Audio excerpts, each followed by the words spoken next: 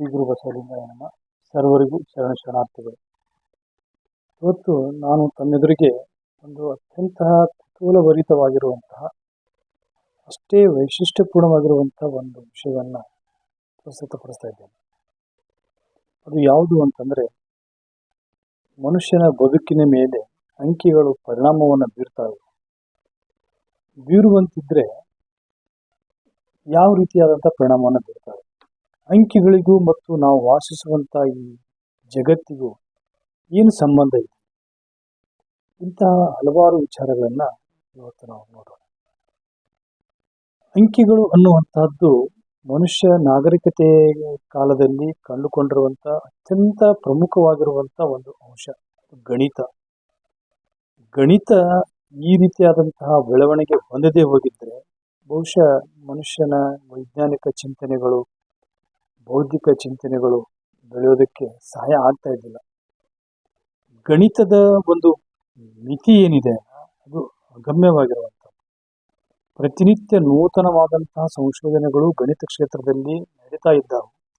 ಆದಾಗ್ಯೂ ಜನಸಾಮಾನ್ಯರಿಗೆ ಅವುಗಳು ತಲುಪುವುದಕ್ಕೆ ಆ ಗಣಿತೀಯ ಸೂತ್ರಗಳ ಒಂದು ಬಂಧನ ಏನಿದೆಯಲ್ಲ ಅದು ಬಹಳಷ್ಟು ಬಿಗಿ ಆಗ್ತಾ ಇರೋದರಿಂದ ಜನಸಾಮಾನ್ಯರಿಗೆ ಗಣಿತ ಅಂತಂದರೆ ಕೇವಲ ಅಂಕಿ ಸಂಖ್ಯೆಗಳು, ಕೂಡಿಸುವಂಥದ್ದು, ಕಳೆಯುವಂಥದ್ದು, ಮುಂದುವರೆದಂತಹ ಒಂದು ವಿಚಾರದೊಳಗಡೆ ಈ ವೈಜ್ಞಾನಿಕ ಸಂಶೋಧನೆಗಳು ಯಾವ ರೀತಿಯಾಗಿ ಬೆಳೀತಾ ಇದ್ದಾವಲ್ಲ ಅದು ಒಂದು ಜನಸಾಮಾನ್ಯರಿಗೆ ತಿಳಿಸ್ಕೊಡುವಂತಹ ವೇದೊಳಗೆ ಯಾವುದೇ ಸೈಂಟಿಫಿಕ್ ಅಚೀವ್ಮೆಂಟ್ಸನ್ನು ರಿಪ್ರೆಸೆಂಟೇಟ್ ಮಾಡಬೇಕಾದಾಗ the science takes the help of mathematics. ಅದಿಷ್ಟು ಬಿಟ್ಟರೆ ನಮ್ಮ ಬದುಕಿನೊಳಗಡೆ ಗಣಿತ ಇಷ್ಟು ಹಾಸುಹೊಕ್ಕಾಗಿದೆಯಲ್ಲ, ಅಂತಹದ್ರೊಳಗಡೆ ನಾವು ಅಂಕಿಗಳು ಅವುಗಳನ್ನ ಸಂಶೋಧನೆಯೇ ಒಂದು ರೋಮಾಂಚಕ ಅಂಕಿಗಳ ಒಂದು ಇತಿಹಾಸವನ್ನು ನೋಡ್ತಾ ಹೋದ್ರೆ ಅಂತಹ ಒಂದು ಸುಮಾರು ಅಂಕಿಗಳೊಳಗಡೆ ಕೆಲವು ಅಂಕಿಗಳು ತಮ್ಮದೇ ಆದಂತಹ ವಿಶೇಷತೆಗಳನ್ನು ಹೊಂದಿದ್ದಾವೆ. ಅಂಕಿಗಳು ಯಾವ ರೀತಿ ಹುಟ್ಕೊಂಡವು ಅಂತಂದ್ರೆ ಮನುಷ್ಯನ ಬೌದ್ಧಿಕ ವಿಕಾಸದೊಳಗಡೆ ಅವನು ಎಷ್ಟು ಅನ್ನುವಂಥ ಪ್ರಶ್ನೆಗಳಿಗೆ ಕಂಡುಕೊಂಡಿರುವಂಥದ್ದೇ ಗಣಿತ ಆಗ್ತದೆ. ಆ ಎಷ್ಟು ಅನ್ನುವಂಥ ಪ್ರಶ್ನೆಗಳಿಗೆ ಅಂಕಿಗಳ ಗಣಿ ಹುಟ್ಕೊಂಡವು. ಹೇಗೆ ಅನ್ನುವಂಥ ಪ್ರಶ್ನೆಗಳಿಗೆ ಆಧ್ಯಾತ್ಮಿಕ ಚಿಂತನೆಗಳು ಹುಟ್ಕೊಂಡವು. ಏಕೆ ಅನ್ನುವಂಥ ಪ್ರಶ್ನೆಗಳಿಗೆ ವಿಜ್ಞಾನ ಹುಟ್ಕೊಂಡು, ಈ ಮೂರು ಪ್ರಶ್ನೆಗಳು ಒಳಗೆ ಎಷ್ಟು ಅನ್ನುವಂಥ ಪ್ರಶ್ನೆಗೆ ಹುಟ್ಕೊಂಡಿರುವಂತಹ ಗಣಿತದ ಅಂಕಿಗಳ ಒಂದು ಪಯಣ ಏನಿದೆಯಲ್ಲ ಅದು ಮಾನವನ ಜೀವನವನ್ನೇ ಬದಲಾಯಿಸಿಬಿಡುತ್ತೆ.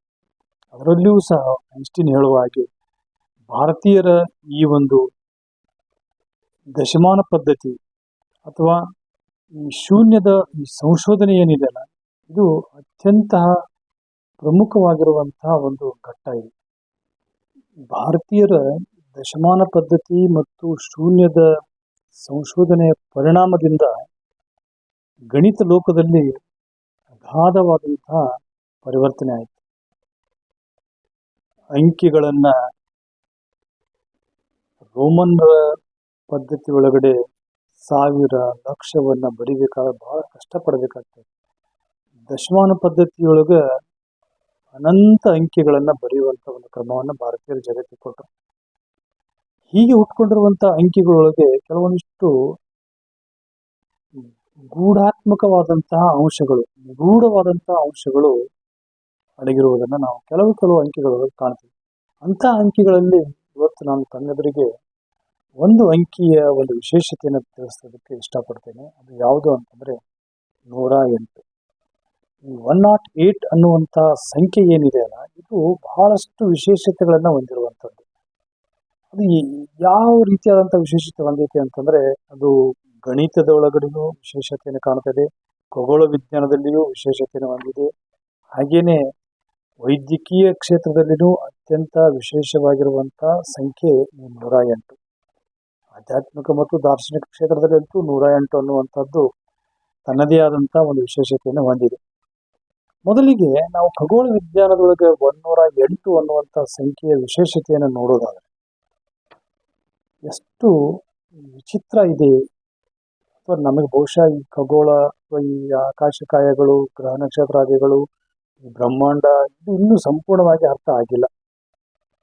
ಅರ್ಥ ಆಗುವಂಥ ಆ ಅರ್ಥವನ್ನು ಮಾಡಿಕೊಳ್ಳುವಂಥ ಬೌದ್ಧಿಕ ಸ್ಥಿತಿಯೊಳಗೆ ನಮ್ಮ ಮಿದುಳು ಇಲ್ಲ ಅಂತ ಅನಿಸ್ತದೆ. ನಮ್ಮ ಮಿದುಳಿಗೆ ಒಂದು ಪರಿಮಿತಿ ಇದೆ, ನಮ್ಮ ಅರಿವಿಗೆ ಒಂದು ಪರಿಮಿತಿ ಇದೆ.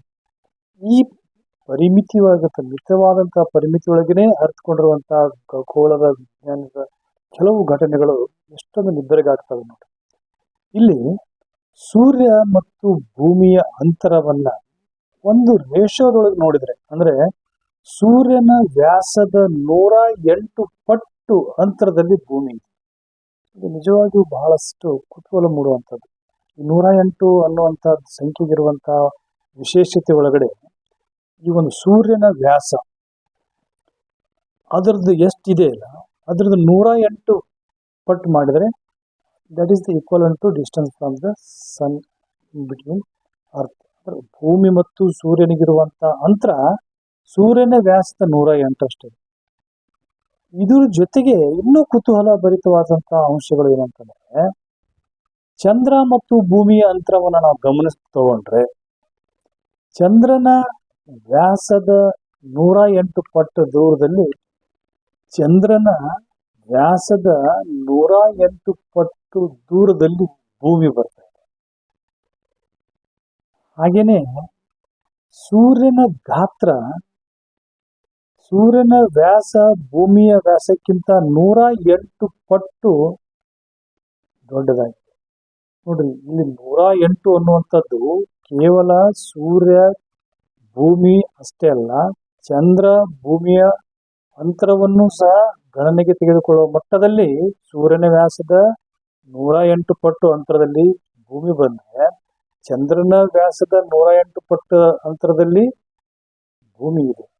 ಅಷ್ಟೇ ಅಲ್ಲ, ಸೂರ್ಯನ ಗಾತ್ರ ಭೂಮಿಯ ಗಾತ್ರದ ಅಂದ್ರೆ ವ್ಯಾಸಕ್ಕಿಂತ 108 ಪಟ್ಟು ದೊಡ್ಡದಿದೆ. ಹೀಗೆ ಈ 108 ಅನ್ನುವಂಥದ್ದು ಈ ಖಗೋಳ ವಿಜ್ಞಾನದಲ್ಲಿ ಮಾತ್ರ ವಿಶೇಷತೆಯನ್ನು ಸಾಧಿಸಿಲ್ಲ, ಹಾಗೇನೆ ನಮ್ಮ ಆಧ್ಯಾತ್ಮಿಕ ಕ್ಷೇತ್ರದೊಳಗೆ ನೋಡ್ತಾ ಹೋದ್ರೂ ಸಹ 108 ಜಪಮಾಲೆಗಳನ್ನ ಜಪಿಸುವಂತ ಆ ಮಾಲೆಯ ಸರದಲ್ಲೂ ಸಹ 108 ಮಣಿಗಳನ್ನ ಪೋಣಿಸಿರ್ತಾರೆ. ಆ 108 ಯಾಕೆ ಅನ್ನೋದ್ರ ಬಗ್ಗೆ ಗಮನಿಸ್ತಾ ಹೋದ್ರೆ ಬಹುಶಃ ಈ ಸೂರ್ಯ ಮತ್ತು ಭೂಮಿಯ ವ್ಯತ್ಯಾಸದ ಈ ಅಂತರ ಏನದಲ್ಲ, ಅದು 108ನ್ನ ಸಂಕೇತಿಸ್ತದೆ ಏನೋ ಗಮನಿಸ್ಬೇಕು ನಾವು. ಅಷ್ಟೇ ಅಲ್ಲ, ಉಪನಿಷತ್ತುಗಳ ಸಂಖ್ಯೆನೂ 108 ಇರುವಂಥದ್ದು ಗಮನಾರ್ಹವಾಗಿರುವಂಥದ್ದು. ನಮ್ಮ ಭಾರತೀಯ ದರ್ಶನದೊಳಗಡೆ ದೇವತೆಗಳ ಹೆಸರುಗಳನ್ನ ನಾಮಾವಳಿಯ ರೂಪದಲ್ಲಿ ಕರೀಬೇಕಾದಾಗೂ ಸಹ ನಾವು 108 ಅಷ್ಟೋತ್ತರ ನಾಮಾವಳಿಗಳು ಅಂತ ಕರಿತೀವಿ. ಬಹುಶಃ ಅದಕ್ಕೂ ಒಂದು ಯಾವುದೇ ಒಂದು ಹಿನ್ನೆಲೆಯನ್ನ ನಮ್ಮ ಭಾರತೀಯ ದಾರ್ಶನಿಕರು ಗುರುತಿಸಿರಬಹುದೇನೋ. ಹಾಗೆ 108 ಲೌಕಿಕ ಆಸನಗಳು ಹೇಳ್ತಾ ಹೋಗ್ತಾರೆ. ಹೀಗೆ ಈ 108ರ ಒಂದು ಸಂಕೇತದ ವಿಚಾರವನ್ನ ನಾವು ಗಮನಿಸ್ತಾ ಹೋದ್ರೆ, ಇಲ್ಲಿ ಅಂಕಿಯನ್ನ ನಾವು ಗಮನಿಸ್ತಕೊಂಡ್ರೆ ಅಲ್ಲಿರುವಂತ ಅಂಕಿಗಳು 1, 0 ಮತ್ತು 8 ಅಂತ ಬರುತ್ತೆ. ಇಲ್ಲಿ 1 ಅನ್ನುವಂಥದ್ದು ಪರಮಾತ್ಮನನ್ನ ಸೂಚಿಸ್ತದೆ. ಅಂದ್ರೆ ಇಡೀ ವಿಶ್ವವನ್ನ ಸಲಹುತ್ತಾ ಇರುವಂತಹ ಶಕ್ತಿ ಒಂದೇ ಇದೆ. ಇಲ್ಲಿ 0 ಅನ್ನುವಂಥದ್ದು ಭಾರತೀಯ ಪರಂಪರೆಯೊಳಗೆ ಪರಿಪೂರ್ಣತೆಯನ್ನ ಸಂಕೇತಿಸ್ತದೆ. ಯಾವುದು ಇಡೀ ವಿಶ್ವವನ್ನ ಸಲುತ್ತಾ ಇದೆ ಅದು ಪರಿಪೂರ್ಣವಾಗಿದೆ. ಈ 8 ಅನ್ನುವಂಥದ್ದು ಏನನ್ನು ಸೂಚಿಸ್ತದೆ ಅಂದ್ರೆ ಅದು ಅನಂತತೆಯನ್ನು ಸೂಚಿಸ್ತದೆ. ಬಹುಶಃ ಅದೇ ಕಾರಣಕ್ಕಾಗಿನೇ ಏನೋ ಇನ್ಫಿನೈಟ್ ಅನ್ನುವಂಥ ಸಂಕೇತವನ್ನ ನಾವು ಮಲಗಿರುವಂತ 8 ಸಂಕೇತದಲ್ಲಿ ಬಳಸ್ತಾ ಇದ್ದೀವಿ. ಹೀಗೆ 10 ಹಲವಾರು ಕುತೂಹಲ ಭರಿತವಾದಂಥ ವಿಚಾರವನ್ನ ಈ 108 10 ಹಲವಾರು ಕುತೂಹಲ ಭರಿತ ಅಂಶಗಳನ್ನ ಈ 108 ಅಂಕಿ ಹೊಂದಿರುವುದನ್ನ ನಾವು ಕೂಲಂಕುಷವಾಗಿ ಅದನ್ನ ಗಮನಿಸ್ತಾ ಹೋದಾಗೆ ಅರ್ಥ ಆಗ್ತದೆ. ಇನ್ನು 108 ಅನ್ನುವಂಥದ್ದು ವೈದ್ಯಕೀಯ ಕ್ಷೇತ್ರಕ್ಕೆ ನಾವು ಗಮನಿಸ್ತಾ ಹೋದ್ರೆ ಇಲ್ಲಿ ಮರ್ಮಸ್ಥಾನಗಳು ಅಂತ ಬರ್ತವೆ. ಅವು ರಕ್ತನಾಳದ ಕೀಲುಗಳಾಗಿರ್ಬೋದು, ನರಗಳು ಸಂಧಿಸುವಂಥವು, ಅವು ಸಹ ನಮ್ಮ ದೇಹದೊಳಗೆ 108 ಸ್ಥಾನಗಳು ಬರ್ತಾವು ಅಂತ ಹೇಳ್ತಾರೆ. ಚಕ್ರಗಳನ್ನು ಗಮನಿಸ್ತಾ ಹೋದಾಗ 108 ಪ್ರಮುಖ ಶಕ್ತಿಯ ನಾಡಿಗಳು ಅದಾವು ಅಂತ ಹೇಳಿ ವೈದ್ಯಕೀಯ ಕ್ಷೇತ್ರದೊಳಗೆ ಗುರುತಿಸಲಾಗ್ತಾ ಇದೆ. ಶ್ವಾಸಕೋಶದ ಕ್ರಿಯೆಯ ಆರೋಗ್ಯವಂತ ಮನುಷ್ಯನ ಹಗಲಿನಲ್ಲಿ ಸುಮಾರು 100,000 10,008 ಬಾರಿ ರಾತ್ರಿಯಲ್ಲಿ 10,008 ಬಾರಿ ಉಸಿರಾಡಿಸ್ತಾನೆ ಅಂತ ಹೇಳಿ ಹೇಳಲಾಗ್ತಾ ಇದೆ.